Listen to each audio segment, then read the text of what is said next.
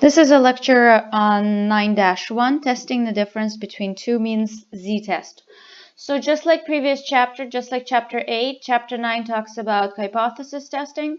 We will still hypothesize about the mean and the proportion for the duration of the chapter. And we start with the z-test where sigma is known. So the assumptions are exactly the same as in the previous chapters. So we're looking for independent random samples.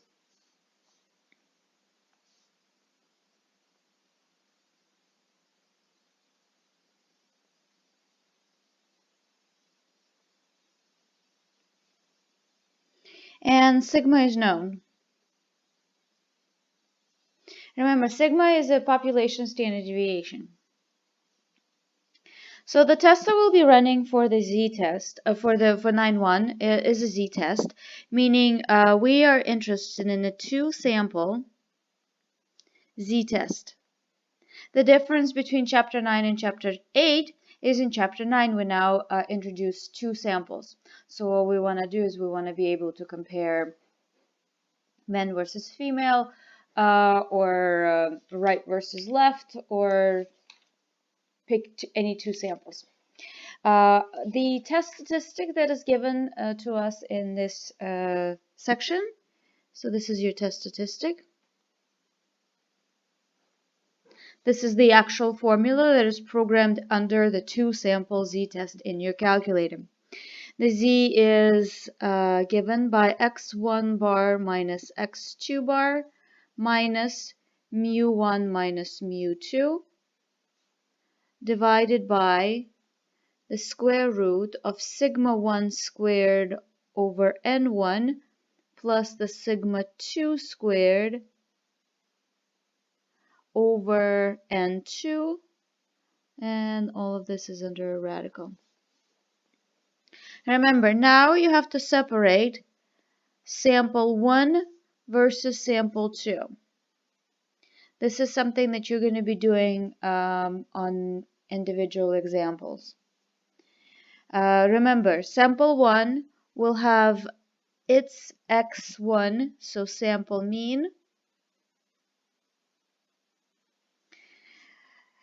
It's going to have its standard deviation, so known population standard deviation. And it'll have its own sample size.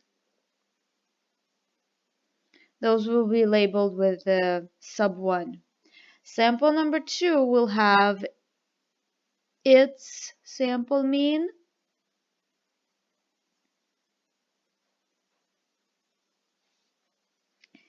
its population standard deviation. If it's a different population, then we'll have a different standard deviation. And the sample size does not have to be the same. I could pick 30 men and only 10 women and still be able to run statistics. I think we're good to go with our first example.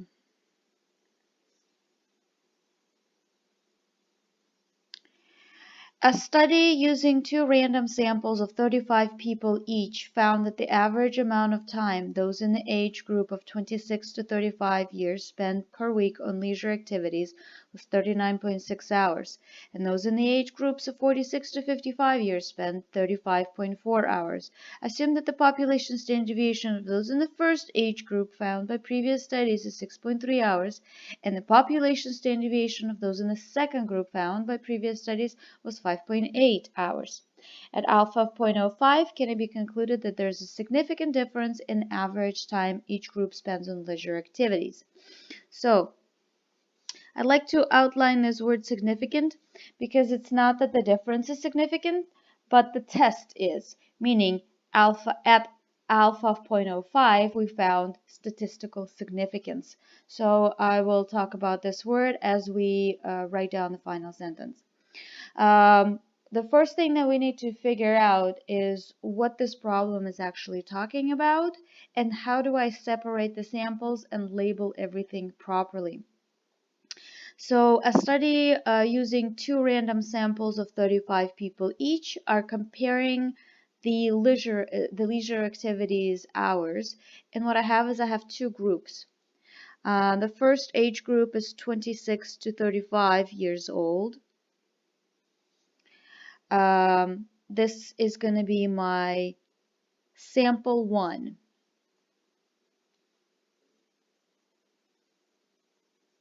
Just because it is written first and referred to as the first sample in the book. That's the only reason.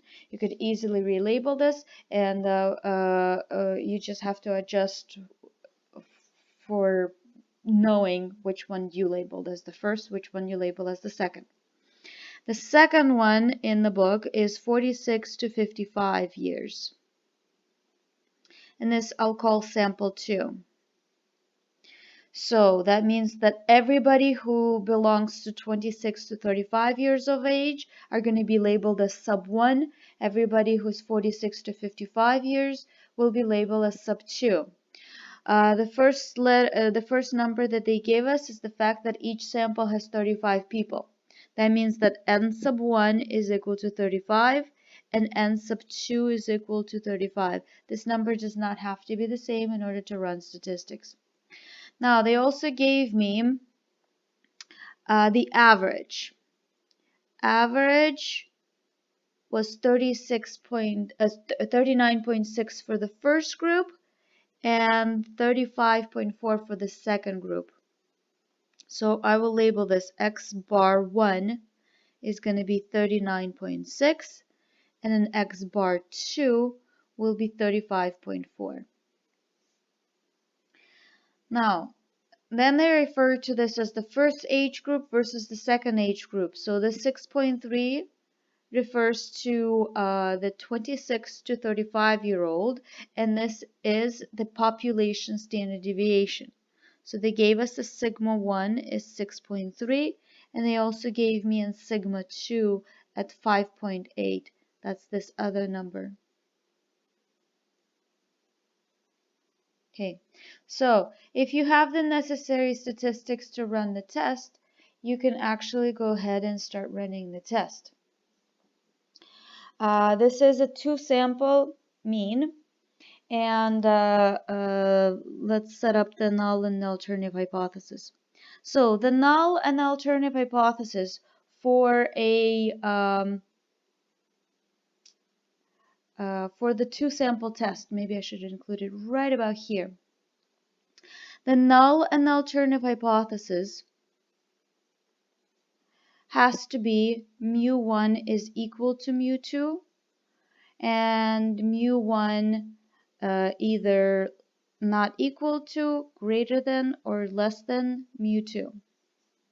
So this is your hypothesis. What we're trying to say is the null hypothesis will say that there is no difference between the two samples. And the alternative hypothesis will refer to the fact that there is a difference, or maybe the first sample is greater than the second one, or the first sample is less than the second one. When we mean the algebra of this will always have, so another way of writing this null hypothesis is mu1 minus mu2 is equal to 0. This is always done with your calculator. The calculator will always put mu1 first and then mu2. So when the process is calculated, notice if this one is bigger, you will see positive results, positive numbers.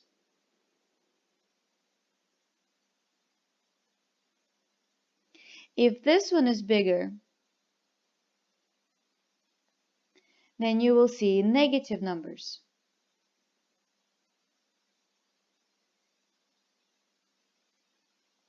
This one will be illustrated, I want to say, in a second example, right after I finish my leisure activities. In the leisure activity example, notice we do not refer to less than, greater than. We just say, is there any significant difference in the average time each group spend on leisure activities? So this is the scenario of a two-tail test. So we do not need to worry so much about who's first, who's second, but we will see this negatives coming out. So let's start. Mu1 is equal to mu2. The null hypothesis always must have an equal sign. Now, because we're comparing two samples, we will have two mu1 and mu2. There is no value that we're comparing it to. And the alternative hypothesis is therefore has a not equal to sign. And now we can go ahead and run the test.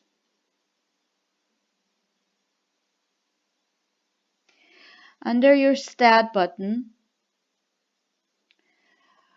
go over to tests.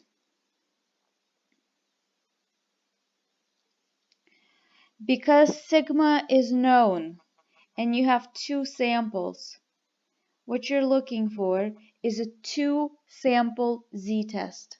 It should be number 3 if you have the same calculator as I do. Sample z-test.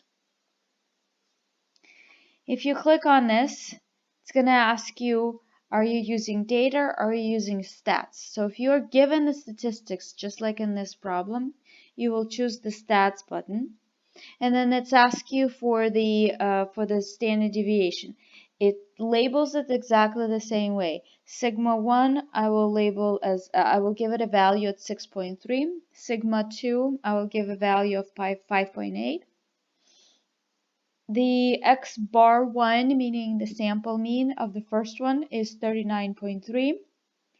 The n sub 1 is 35, so the sample size. Then it moves on to the second sample. X bar 2 is at 35.4, and an n sub 2 is again at 35. Then you will choose the fact that you have a two-tailed test, and then there is more information on the bottom, so you use the arrow to scroll down and calculate.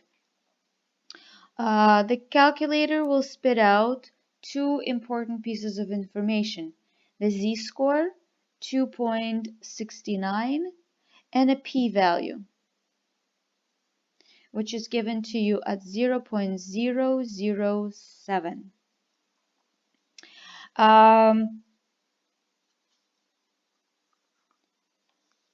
We didn't see any negatives because notice that this one is bigger.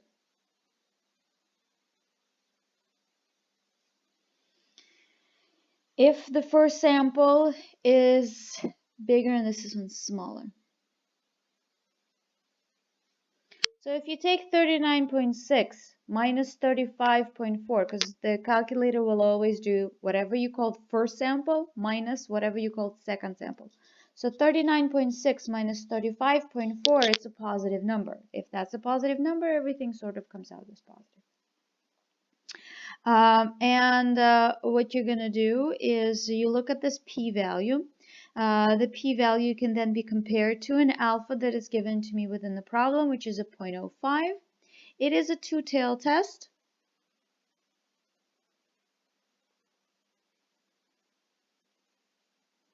And if you'd like to draw a picture, you can. But really, you want to compare this to a 0.05. Notice that 0.007 is less than 1%. So it is certainly less than 5%. If your p-value is less than your alpha, you do fall into the critical region. You do fall into the tails of the distribution, and therefore you reject the null hypothesis in favor of the alternative hypothesis. And this is where I'd like to involve the word significant. We're not saying that the difference is actually significant. We're saying that there is a difference, and the test has significance. So what I can state is we reject the null hypothesis in favor of the alternative hypothesis. There is enough evidence to conclude that there is a difference. And the way I would like to state it is slightly different than what the book has. Reject the null hypothesis. The test indicated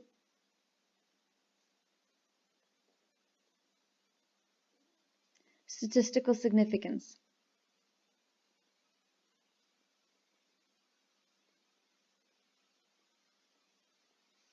There's enough evidence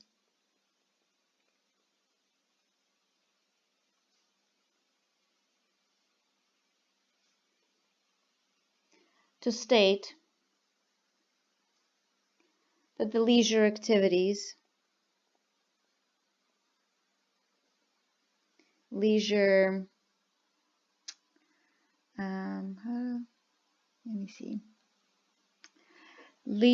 activities, the time spent on leisure activities, there we go, that the time spent on leisure activities between the two age groups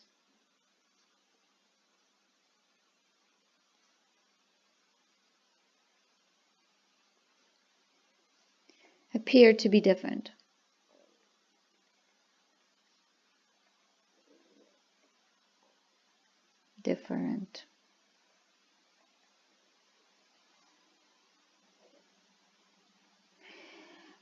I'm running out of time for this portion of the video, so I will continue the next example on the next video.